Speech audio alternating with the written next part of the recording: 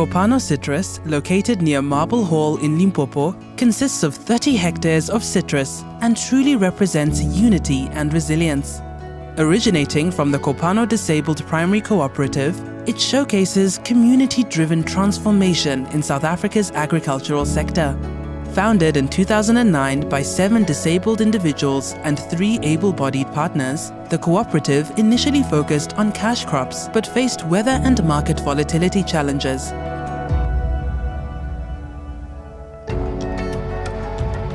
We started Kopano Disabled on 2009, and then we were just planting the cash crop, which is dry beans, carrots, butternuts, but we see that it's not good. We are always running with a loss. In 2016, their fortunes began changing when the Limpopo Department of Agriculture approached Piet Engelbrecht, a well-established citrus farmer, to mentor the cooperative. Piet met with the Kopano cooperative and agreed to be their mentor. Kopano was then producing cash crops like cotton, white beans, and wheat. They recognized the need for a strategic shift, and Piet Engelbrecht suggested transitioning to citrus farming, a more resilient and profitable long-term crop.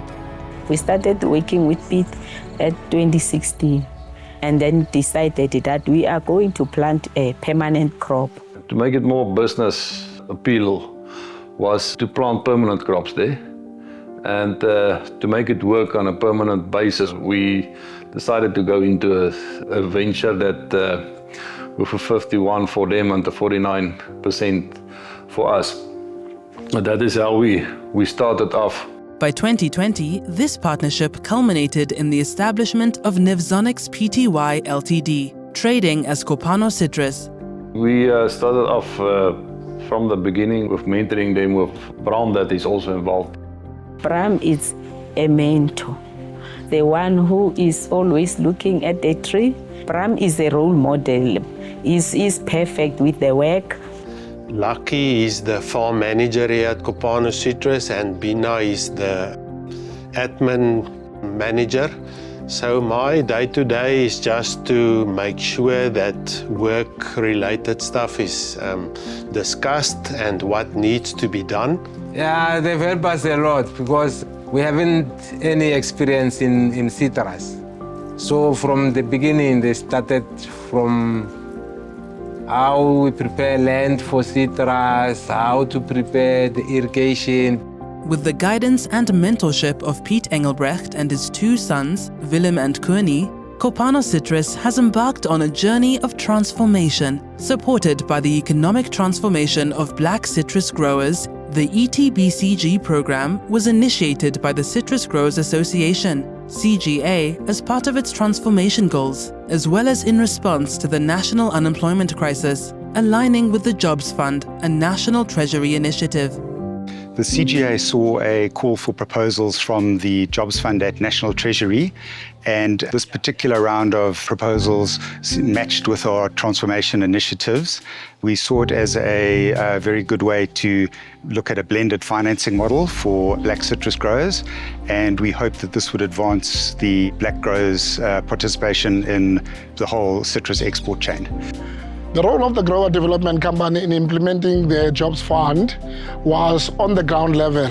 We were assisting the farmers with applications. The Jobs Fund focuses on creating jobs, as this Job Fund was strictly for agriculture and the development at the farm level, as we would want to see more yield coming out of the applicant and more hectares planted.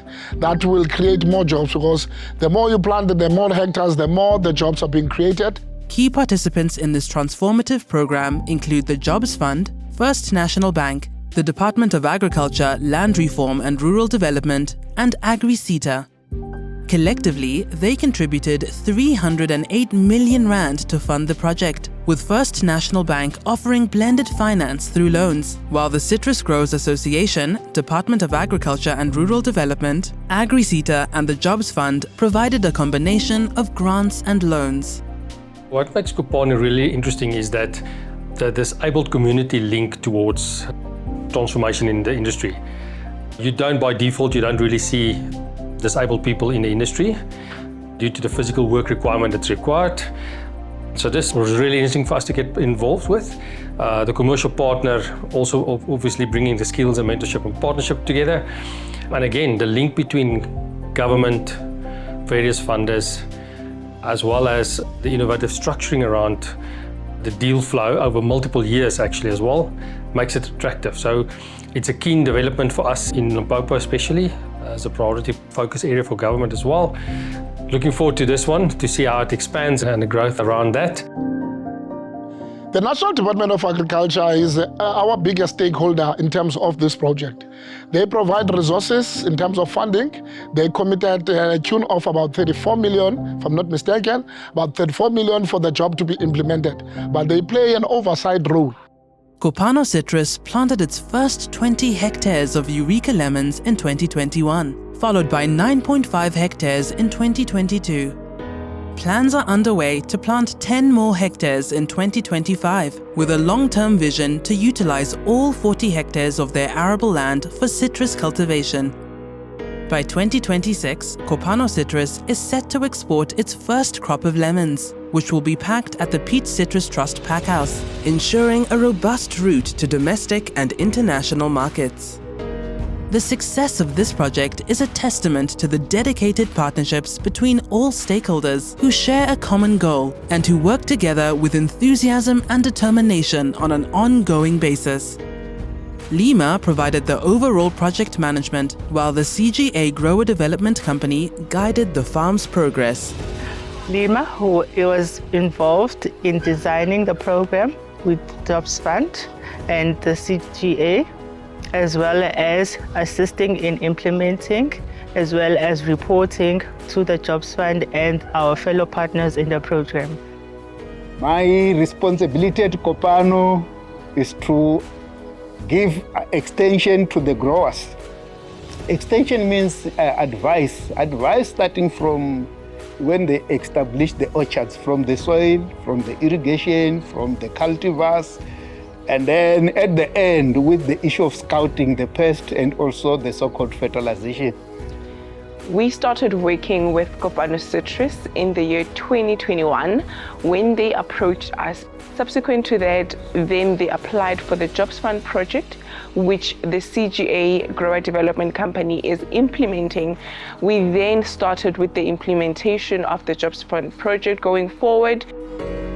So I've been working with Kopano for quite some time now. We are expecting to start with the export in 2026. And currently we are busy preparing the expansion of 10 hectares, and we will start with the plantation of citrus next year, August. Through the Citrus Academy, workers and beneficiaries receive ongoing training, creating a skilled and empowered workforce. The ETBCG program had its advent in 2019. In 2020, we started the implementation of this program with the help of funding from the Agri-SETA. To date, to overview, we have implemented 350 learnerships, 630 skills programs, and benefited people with 25 bursaries. On the initiative, the Agri-SETA has played a role as a skills development partner.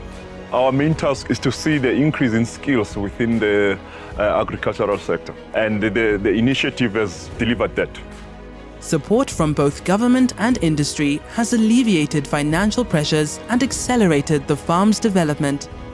Kopano Citrus lives up to its name, unity, by transforming agriculture and empowering its community. Unity, which means we are together. And then we've got a CGA, we've got FNB, we've got Lima, we've got Department of Agriculture. We are all together and we are happy with them.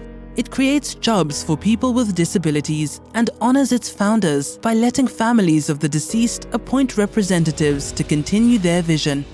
Its success reflects the founders' collaboration, Engelbrecht Family Mentorship, and ETBCG support. It is good to be involved in a community, especially when it's close to you.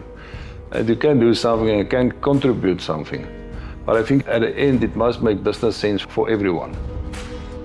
Through resilience, innovation and inclusivity, Kopano Citrus aims to inspire and leave a lasting mark on Limpopo's agriculture.